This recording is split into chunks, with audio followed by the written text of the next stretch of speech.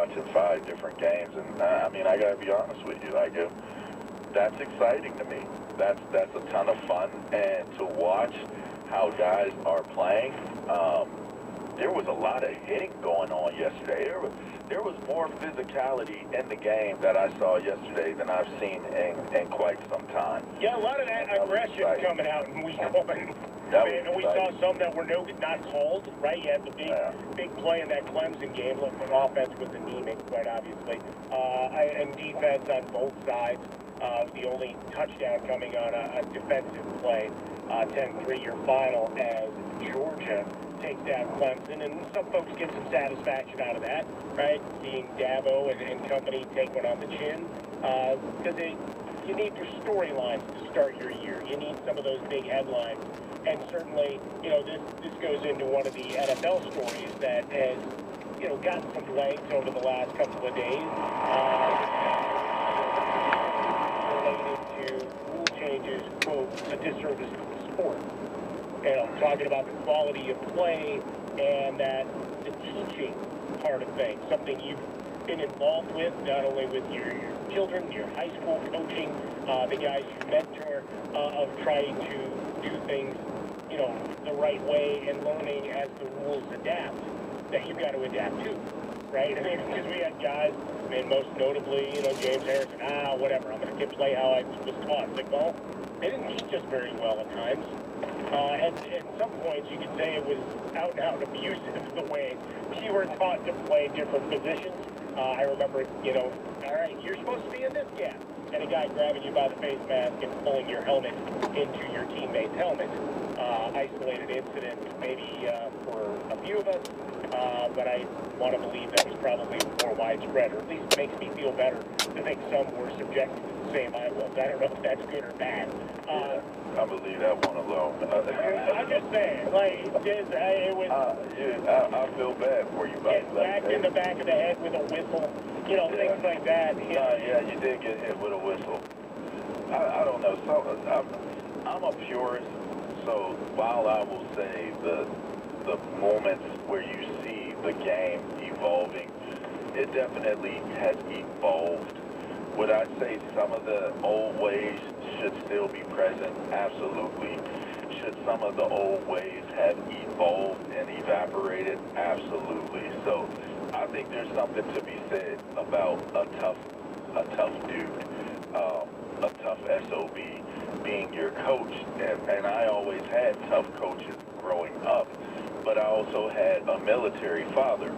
And if you've ever had a military father, some of them are quiet, strong leaders. My dad was more of a quiet, strong leader, but he could be, you know, he could be very, very strong and loud with his voice.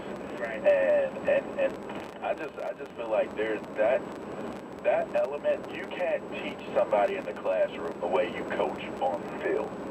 You know, I've never had a teacher that was like, come on. You can do it. Get up out of your seat. Get up to that chalkboard. Get up to that grease board and get that equation right. Go give me 15. Get your feet going. Come on, what are you doing? What are you doing? I need you to focus. I need you to focus. Like, they would get fired. They would get fired. Well, certainly today they would. Back in the day, I think he could have. I don't know, I got whacked with enough rulers. And I was there's a difference between how discipline used to be when we were growing up to now versus how you teaching style. It would never be accepted to be that boisterous, that commanding, that aggressive in the classroom, which is it's weird because if you think about it, as you grow up and you get further along in life, you start to realize that nobody cares. Nobody cares. If you got something that you have to get done at your job and somebody mother F's you all over the place and this, that, and the other, you still have to produce. Yes. You still, no matter what they bring your way, no matter what your odds are, no matter what your environment is, you still have to be able to produce. Some will report it to HR. Some will try to get out of it, and maybe you do. But do you know what that did for you? That HR situation goes on to your record. So now you're trying to move on, and you know what? You know what that new job will do? They're going to call HR of your old job. And you know what your old job is going to say? They filed a complaint against us, da-da-da, this, that, and the other. They got a settlement, and they left. So you know what that new company is going to do? Oh, thank you. We'll be in touch. Well, legally, they can only verify dates. Yeah, well, whatever. Legally. I'm just saying. But you understand what? Legally. Which is why I wink and smile, because we all know the information gets through. I just put y'all up on a little bit of game. So the idea of understanding the rules of engagement and still being able to produce and understanding, you know, risk versus reward, you know, integrity and respect and honor and self-respect, all of those things have to be present. And if all those things are present, then you have a true opportunity to thrive and succeed and be successful no matter what the odds are. The point of my story is you get to develop that in the game of football, and I don't know that there's too many other elements or too many other categories in sport or in life that you get to develop in real time the actual tools that you will need emotionally and psychology-wise, mentally moving forward in your life. Like those things that you went through, Mike, are probably a piece of the sum of why you're able to do things the way that you do. And you know what that is? You learn a structure. Sure. You learned how to compete. You learned how to deal with adversity. You learned how to handle pain. You push through. I'm tired. I don't feel like getting up and doing it. I don't feel like continuing on. Like my eyes are hurting. So what? I got to keep going. Right. Well, it goes back to, what was it? It was Lamar Jackson, right? Nobody cares. Nobody cares. Carter.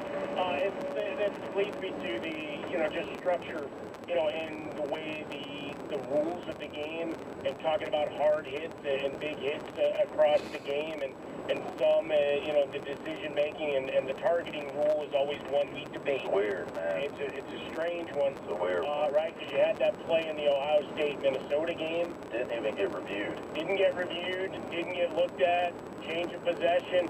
Would it have affected the final score, you know, and the outcome? Maybe, maybe not. It was in the end. But it's still a big play that, you know, other times it could have impacted the next game, though. Right. That's the thing. They had Oregon this week, so that could have impacted this game. You know what I mean? Right. Huge game on the slate this week. Oregon.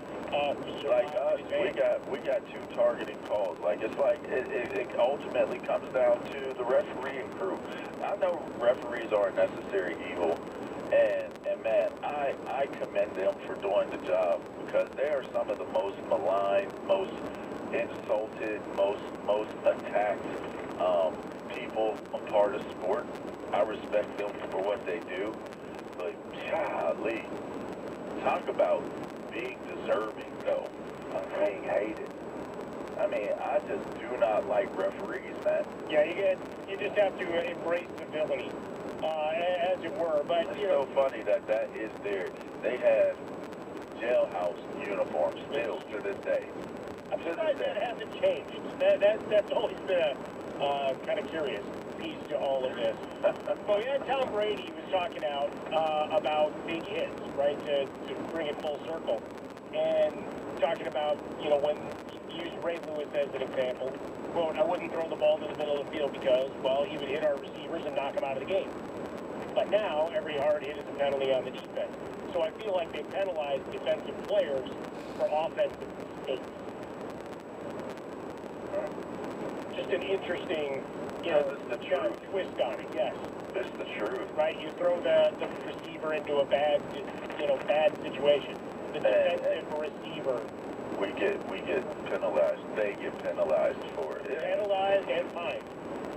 Or kicked out of the game. Well, you have that too, and that's where we get into targeting. Pretty soon you will because of NIL. Well, they can't find them. Yeah, that's different money.